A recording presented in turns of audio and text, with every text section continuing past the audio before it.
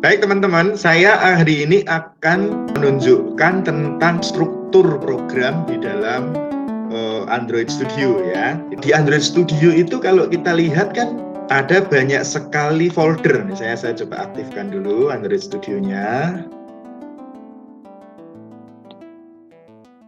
Android Studio ini menggunakan bahasa pemrograman Kotlin ya.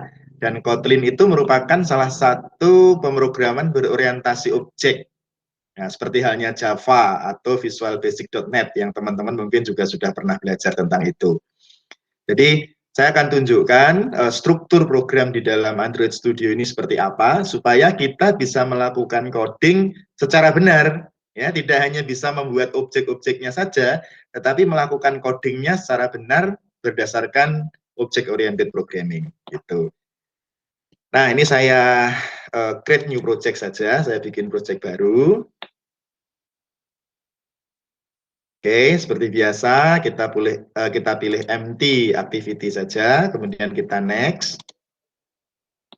Ya, projectnya kita buat kemarin sampai di percobaan 2 ya, sekarang kita buat percobaan 3, kemudian kita finish.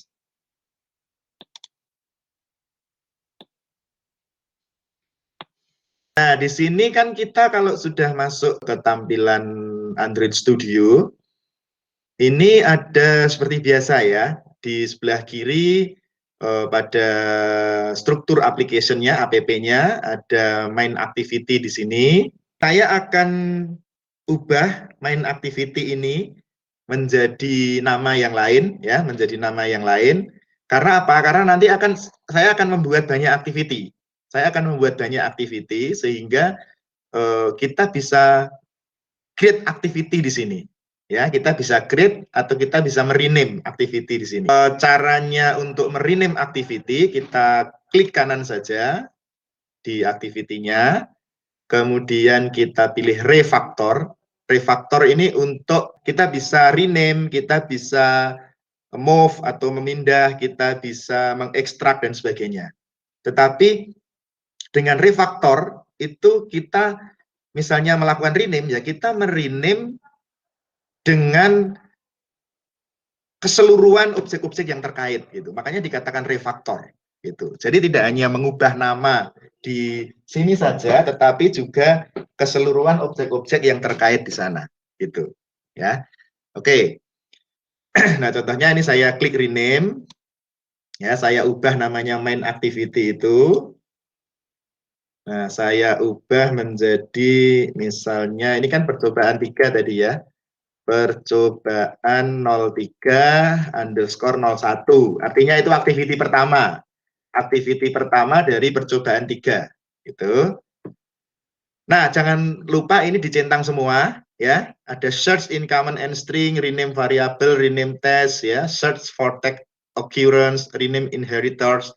Artinya perubahan nama ini nanti juga akan dilakukan pada objek-objek lain yang terkait. Sehingga ketika kita merubah nama di main activity, semua yang terkait di bawahnya akan ikut juga berubah. Gitu ya. Itu kenapa di bawah ini harus dicentang semua. Sehingga kalau sudah dilakukan seperti itu, langsung saja kita refactor. Nah, di sini kita lihat kelasnya sudah berubah ya, kelas percobaan 0301. Seperti yang tadi kita buat. Artinya ini adalah apa namanya activity pertama, yaitu percobaan 0301. Nanti kita akan buat juga activity yang lain, gitu. Ya. Nah, itu. Oke, kalau sudah, kita juga akan rubah layout-nya ya, layout-nya dari activity main XML yang ada di REST ini, layout, kemudian, nah ini kan activity main XML ya, nah ini juga harus kita rubah ya, kita klik kanan saja, kemudian sama, kita refactor, ya, kemudian kita rename di sini. Nah, sama, jangan lupa dicentang di sini, search in common and string. Nah, baru dirubah menjadi percobaan 0301 karena tadi kan main activity ya. Sekarang kita rubah menjadi percobaan 03 underscore 01 gitu ya. Oke, jadi kita ubah menjadi seperti itu, kita refaktor ya. Jadi sekarang percobaan 0301 XML-nya sudah kita ubah ya. Jadi ini ada percobaan 0301 XML, nah ini ada percobaan 0301 KT. KT itu yang dari main activity tadi, dari apa namanya activity pertama, kemudian yang 0301 XML ini dari layoutnya, itu ya teman-teman ya. Oke, struktur proyeknya jadi seperti ini. Ada percobaan 0301, ada percobaan 0301 untuk main activity, ada percobaan 0301 untuk layout. Seperti itu. Oke.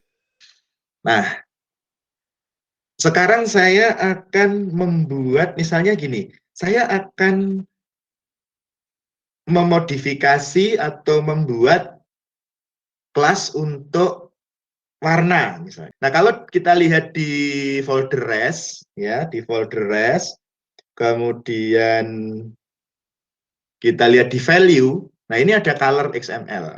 Color XML. Colors XML ini kalau kita lihat ya, ini ada nama warna dan jenis warnanya. Nah, misalnya color name white ya, putih, itu kodenya adalah pagar FFFFF dan seterusnya. Black itu kodenya adalah pagar FF000 dan sebagainya. Nah, kemudian misalnya saya mau membuat warna baru. Boleh aja. Misalnya kita buat gini, color ya, kemudian name, kemudian misalnya merah gitu. Ya, kita buat merah. Nah, merah itu kode warnanya apa? Kalau teman-teman mau cari kode warna, itu bisa cari di internet ya, itu banyak sekali. Coba di sini ada Wikipedia, Wikipedia itu malah lengkap ya. Coba kita lihat. Daftar warna ini malah lengkap kode-kodenya. Nah, di sini teman-teman bisa lihat kalau abu-abu apa gitu ya, biru apa. Saya tadi mau cari merah. Nah, merah itu adalah pagar FF0000. Ini saya copy saja. Kemudian saya masukkan di sini. Nah, ini adalah warna merah. Jadi kalau nanti saya panggil merah, begitu, maka kodenya adalah kode seperti ini, kode warna merah. Gitu. Nah, kita bisa modifikasi seperti itu untuk color ya. Oke, kemudian kita perhatikan juga string ya. Ada string di sini, value string. Nah, string ini kita juga bisa membuat, misalnya ini ya, kita buat teks ya. Ini kita melakukan pendefinisian string ya, misalnya string name sama dengan misalnya kita buat teks gitu ya, teks, kemudian kita close. Nah, kita buat percobaan text view. Nah, misalnya ini percobaan untuk tag view, nah, misalnya gitu. Jadi ini saya mendefinisikan kalau nanti saya panggil variabel tag, maka akan muncul ini percobaan untuk tag view gitu. Kita mendefinisikan semacam mendefinisikan variabel ya teman-teman. Nah di sini. Kemudian misalnya kita buat lagi string name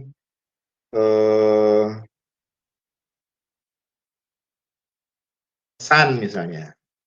Nah, nanti kalau ada pesan, nanti akan muncul misalnya terima kasih misalnya. Terima kasih Anda sudah mengakses. Nah, jadi kita mendefinisikan string saja, variabel-variabel di dalam string dan isinya apa gitu, value-nya apa. Makanya di sini ada di folder value ya, di res kemudian value. Seperti itu. Oke. Nanti kita lihat bagaimana cara memanggil dan menggunakannya.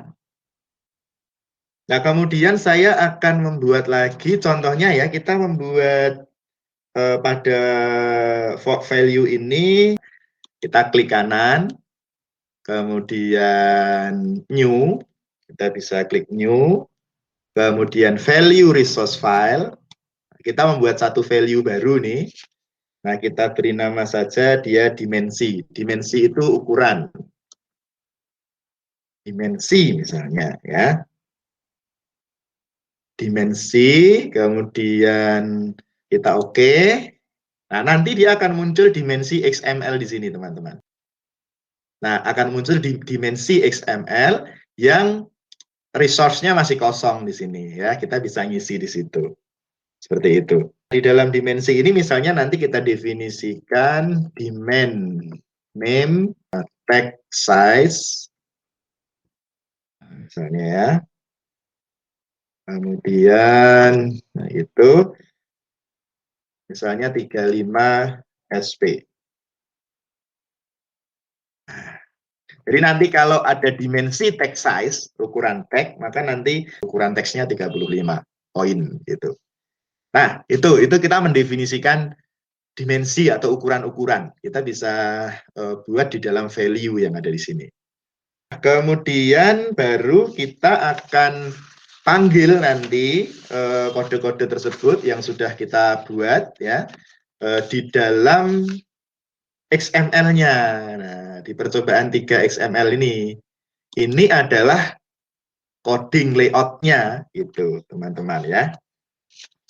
Nah, tetapi coding layout-nya di sini masih menggunakan constraint ya, masih menggunakan constraint layout ya, karena seperti yang saya sampaikan, default-nya adalah memang constraint layout gitu. Maka ini boleh kita hapus aja. Kemudian kita saya buat linear layout dulu supaya gampang gitu. Nah, kita bisa split dengan desainnya nanti supaya bisa langsung tampil dan langsung bisa kita lihat untuk desainnya. Oke, nah contohnya saya membuat coding seperti ini. Kita buat tag view dulu aja. Tag view. Nah, kemudian di sini Android ID. Android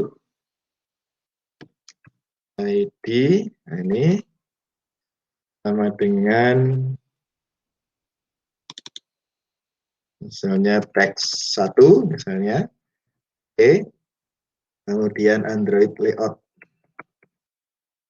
Android layout width sama dengan match parent, nah gitu aja. Nah, kemudian Android layout height tingginya. Nah, apakah match parent atau mau diatur sendiri, misalkan saya buat aja 50 pp ya, boleh-boleh aja.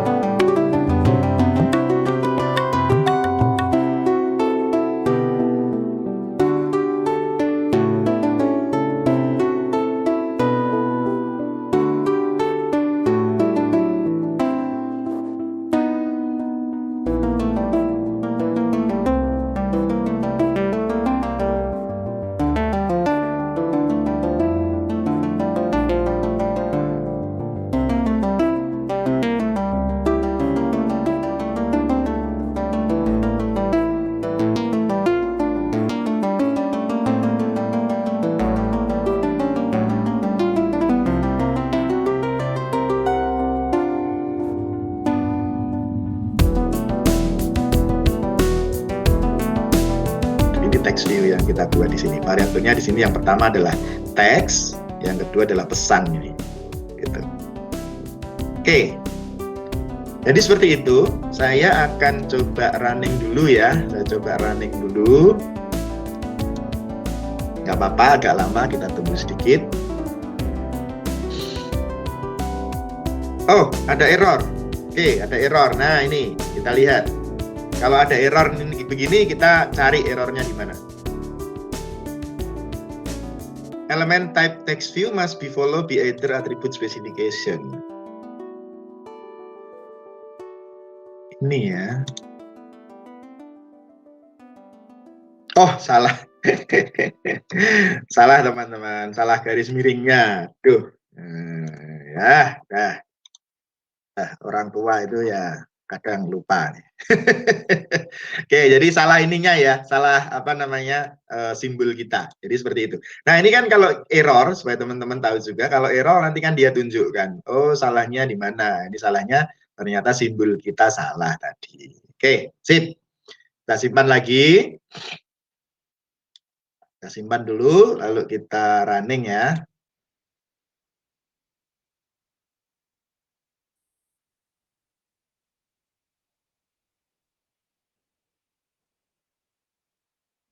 Oke, build successful. Kita lihat launching Android-nya.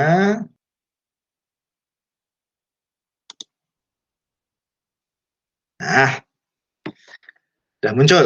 Ini percobaan untuk text view. Terima kasih sudah mengakses. Oke, jadi seperti ini teman-teman, sudah tampil di sini.